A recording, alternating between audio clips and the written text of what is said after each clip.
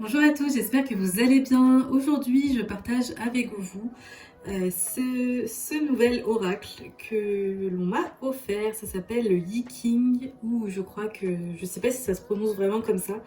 En fait, c'est un très vieux oracle. À la base d'ailleurs, c'est pas vraiment un oracle. J'essaierai de vous insérer des images, mais ça vient de la culture chinoise en fait. C'est des petits bouts de bois. Donc je connais pas encore très bien, hein. Là je viens de le recevoir, j'ai regardé un petit peu ce que c'était. Mais du coup c'est des petits bouts de bois où quand vous allez les lancer, vous allez avoir des petits symboles comme ça. Donc il y en a plusieurs, hein, ou comme ça.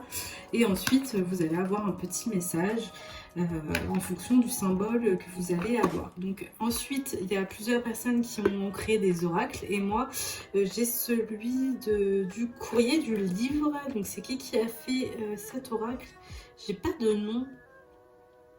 J'ai le Yi King du courrier du livre. Il se présente comme ça. Je le trouve joli quand même. Je le trouve joli. Hop, quand vous l'ouvrez. Ah, c'est ça. C'est Lunea Weatherstone. Donc je sais pas si vous connaissez. Moi, je connaissais pas. Donc c'est très complexe, hein. Vous avez un petit livret comme ça qui présente, même quand vous avez les messages, vous voyez, on a le premier symbole, donc là, les cartes de l'oracle Yi King. Voilà, et là en fait vous voyez, quand on voit le premier symbole, c'est pas si évident.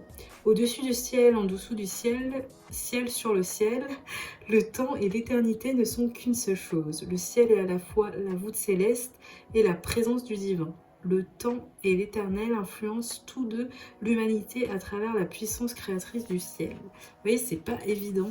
Après, je pense qu'il faut se faire son propre avis, regarder un petit peu. Moi, je vais essayer de me procurer un livre pour avoir plus d'infos, parce que là avec un petit livret comme ça je pense que c'est un petit peu compliqué, même si je pense qu'avec le temps c'est de plus en plus simple. Après je trouve ça plutôt sympa, ça fait voir un petit peu les choses autrement. Là je vais vous montrer assez rapidement les cartes, comme ça si vous voulez vous procurer, vous voyez un peu à quoi ça ressemble. Je les trouve jolies. Bon, elles sont un peu grosses. Si je peux vous donner un équivalent, il y a l'oracle des heures miroirs qui est aussi grand. Voilà, c'est le même format. Sinon, il y a l'oracle d'Isabelle Serre. Je vais essayer de le trouver là, il est là.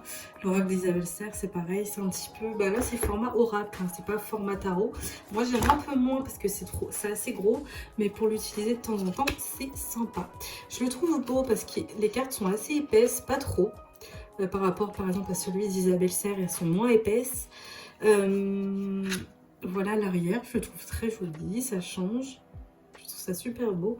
Donc ça vient de la culture chinoise, donc vous voyez, ça se présente comme ça. On a le premier symbole, le deuxième symbole. Donc là, dans cette vidéo, cette fois, je ne vais pas vous présenter, vous montrer chaque carte à quoi ça correspond.